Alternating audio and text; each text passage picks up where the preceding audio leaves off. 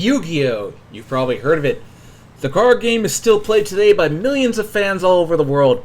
Chances are you watched the hack job of a dub that 4Kids produced in the early 2000s. This is not what we're covering this time. No, we're actually covering the original manga created by Kazuki Takahashi. The series got two anime adaptations. Yu-Gi-Oh! By Toei Animation, which loosely adapted the first 7 volumes of the manga, and Yu-Gi-Oh! Duel Monsters, which is the more famous show of the two. But for the real, authentic Yu-Gi-Oh! Story, you gotta read the manga. Rather than create a typical fighting shonen manga, Takahashi decided to be a little more creative. An avid gamer, the gimmick of this manga was that they would play games. Yu-Gi-Oh! Stands for King of Games, after all. We open with a glyph which tells us of the Shadow Games. After that, we open with modern-day Japan, well, 1996, I guess. A boy named Yugi Moto is sitting at his desk after school working on something called the Millennium Puzzle, a gift from his grandfather. Yugi has been working on the puzzle for 8 years, but while he's working on it, Yugi is bullied by Jinochi and Honda, or Joey and Tristan if you're familiar with the English dub. Just so you know, I'll be sticking with the Japanese names for the most part. Jinochi wants to teach Yugi how to be a man, but Yugi doesn't like violence. Fortunately, his childhood friend Anzu comes to Yugi's aid. Taya in the English dub. One thing that's a little odd about the art, it looks like Yugi has no nose at this point. Also, Yugi is a bit of a pervert right now, which is at odds with his later characterization where he's basically a pure soul. Yugi claims solving the puzzle will grant any wish, just like the Dragon Balls. Cute. Jinochi and Honda are beaten up by this jerk named Ushio, who apparently reappears in Yu-Gi-Oh! 5Ds, or so I've heard. Jinochi throws one of Yugi's puzzle pieces into the water to be a jerk, I guess. Yugi continues to work on the puzzle, a memento of his grandfather, who is still alive and is the typical dirty old man that Japan loves so much. I know America looks down on this kind of character like him, Roshi and Jiraiya, much more these days, but in Japan, it's just viewed differently. I'm not saying it's right or wrong, it's just how it is. The next day, Yugi returns to school and finds Ushio has beaten up Jinochi and Honda for protection, and wants Yugi to pay money that he obviously doesn't have, so he gets some fists in return. Yugi's biggest wish is for friends that he can count on, and Jinochi is touched by Yugi standing up for him, so he returns the missing puzzle piece to him. With that, Yugi completes the puzzle and a dark transformation occurs within the boy. That night, Ushio arrives to a challenge and meets Yugi, but there's something a little different about him. He looks much more menacing, confident, and a little evil, yeah. This is Dark Yugi, Yugi's other self. I will never call him just Yami. Dark Yugi challenges Ushio to a game. They take dollar bills and stab a knife into him without stabbing their hand. Whatever they get to keep. Eventually, Ushio can't do it anymore without stabbing himself, so he tries to stab Dark Yugi, who in turn subjects Ushio to a penalty game where, well, that's oddly appropriate, I would say. But regardless, Yugi and Jinochi are now friends. The first couple of stories for Yu-Gi-Oh! Are largely standalone. Typically involves Yugi hanging out with his friends when some jerk tries to ruin their day. Dark Yugi would emerge, challenge said dickhead to a shadow game, and give them their just desserts. Perhaps most famously of all, Dark Yugi challenges a convict to a game where they can only use one finger. And Dark Yugi is able to win by putting a lighter on his hand, while the convict is in the process of pouring Russian vodka. So if the convict shoots his gun, the lighter will fall, and he will be set on fire. Surely he's just bluffing, right? Oh my. Most notably, there was a game called Duel Monsters, or Magic and Wizards as it was known in the original manga at the time. A card game that involves summoning monsters and spells to make them more powerful. Yugi's grandfather has the rare Blue Eyes White Dragon, but then Seto Kaiba enters, and he dismisses Jinochi's attempt to become friends by saying, "Come back when you've collected 10,000 cards." Apparently Kaiba is based on someone who actually said that to Takahashi, or was it one of his friends? Kaiba does take interest in the Blue Eyes White Dragon, but Shigorku refuses to sell it to him. Kaiba doesn't take no for an answer and promptly steals the card. But Dark Yugi emerges and challenges Kaiba to a children's card game. Using his shadow powers, the monsters come alive. Kaiba seems to win because he draws blue eyes, but it won't summon for him. Because his heart's not in that card or something? Yay, heart of the cards! Dark Yugi punishes Kaiba by making him experience death, but it's only an illusion and he hopes he will learn the value of the cards. Well, that was pretty harsh, but I'm sure Kaiba in that silly card game will never appear again.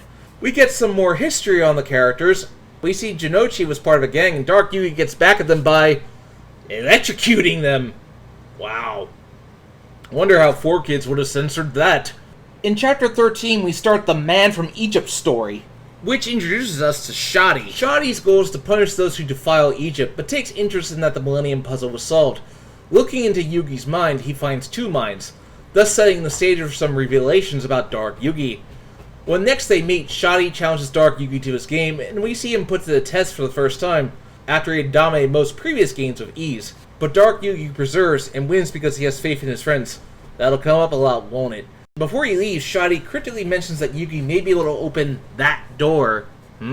Interesting. After a few filler stories that deal with virtual pets, which was all the rage at the time, if I remember correctly, we get introduced to Mokuba Kaiba, Seto's younger brother. Mokuba is quite different at this point if all you remember is the Duel Monsters anime. We get introduced to a game called Capsule Monsters, which is basically chess, but with monsters. Dark Yugi defeats Mokuba.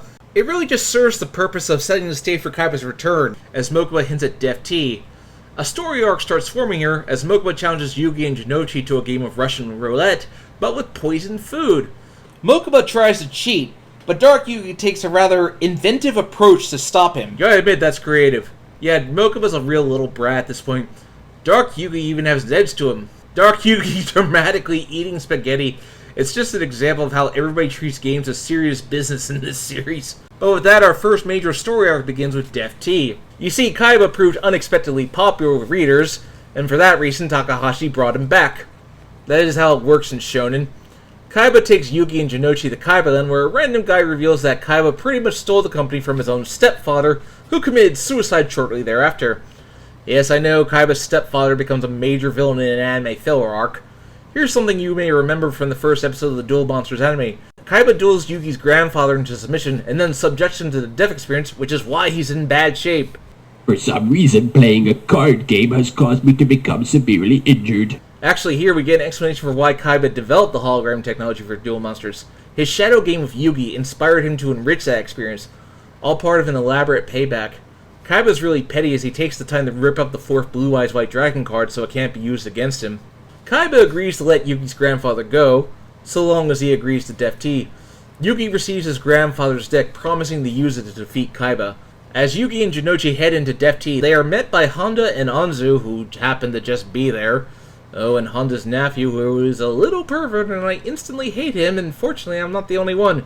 Readers really hated him, and Takahashi got the message and wrote him out near the end of the story arc. Our first game is Laser Tag, but Honda realizes that their guns are useless while the mercenaries' guns are real. This does give Honda his finest moment, and his little brat nephew does prove useful here. Horror Zone, which is a spooky ride. I won't show how they get out of it because I'm disgusted by it. Next, Kaiba traps them in a hand guillotine. Jeez, that's violent. Fortunately, Yugi's quick thinking gets them out before they lose any of their limbs. From there, they end up in a mirror room, and here's where the characters have a chance to talk, and they all talk about how they've changed since they've met Yugi. Anzu marks their hands with a sign, so that even after they all go their separate ways after high school, they will still be friends. Of course, it's then broken up by falling blocks. Anzu is able to show off her dancing skills by directing them out, but unfortunately Honda is unable to get out. Just take off your jacket, man. Then again, he at the moment probably not thinking straight. We get some insight into Kaiba and Moko's relationship. It's quite different from how you might remember it. Yeah. Yugi finally decides to tell Anzu and Jinochi of his other self that emerges when he plays a game. He feared that they would not be his friends anymore, but they tell him that he is still Yugi, and that's all that matters. As they approach the fourth stage, Yugi turns into Dark Yugi in front of Anzu and Jinochi for the first time. Dark Yugi is able to defeat Mokuba again by outsmarting him. Kaiba shows a real ruthless side as he tries to subject Mokuba to the death experience. But Dark Yugi shows a more compassionate side as he rescues Mokuba from this grisly fate. Mokuba reflects that Kaiba certainly changed from when they were kids. Oh gee, you don't think, kid. Dark Yugi and Kaiba duel once again in Duel Monsters.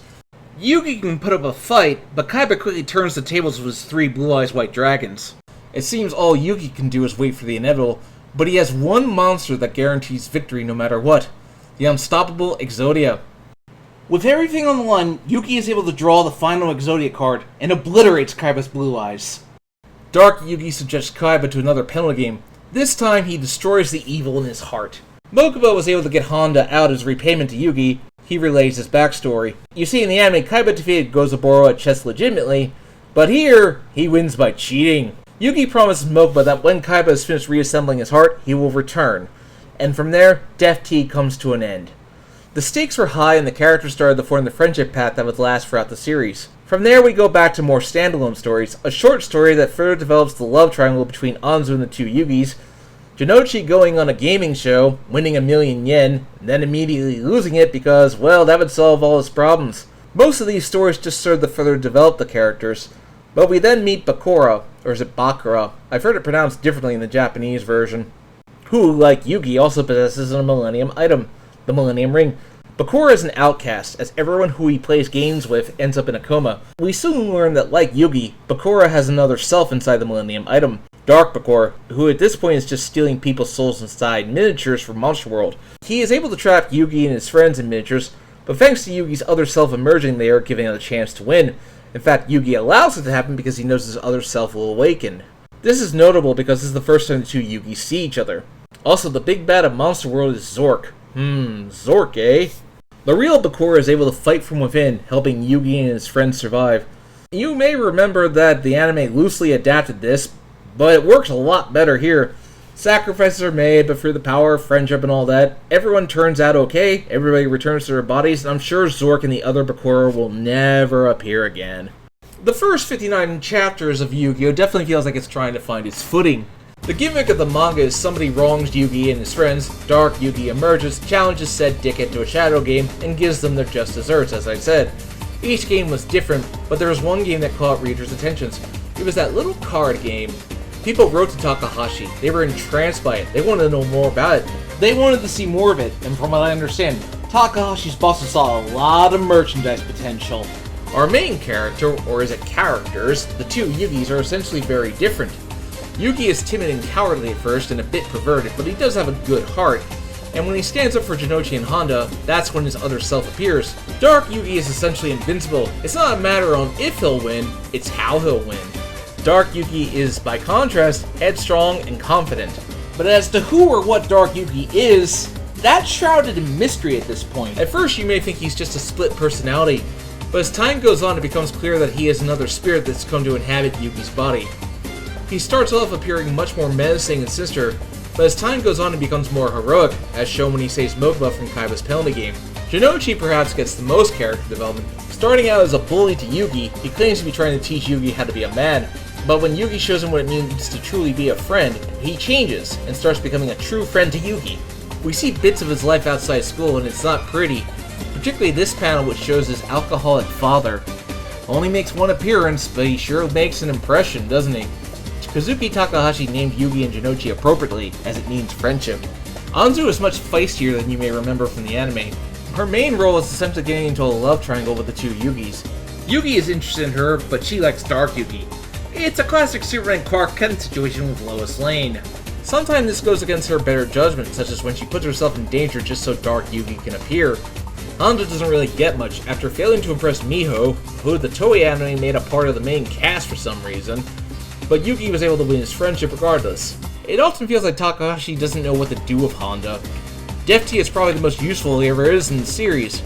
When the manga began becoming mostly about card games, there wasn't a whole lot for him to do aside from occasionally punching somebody.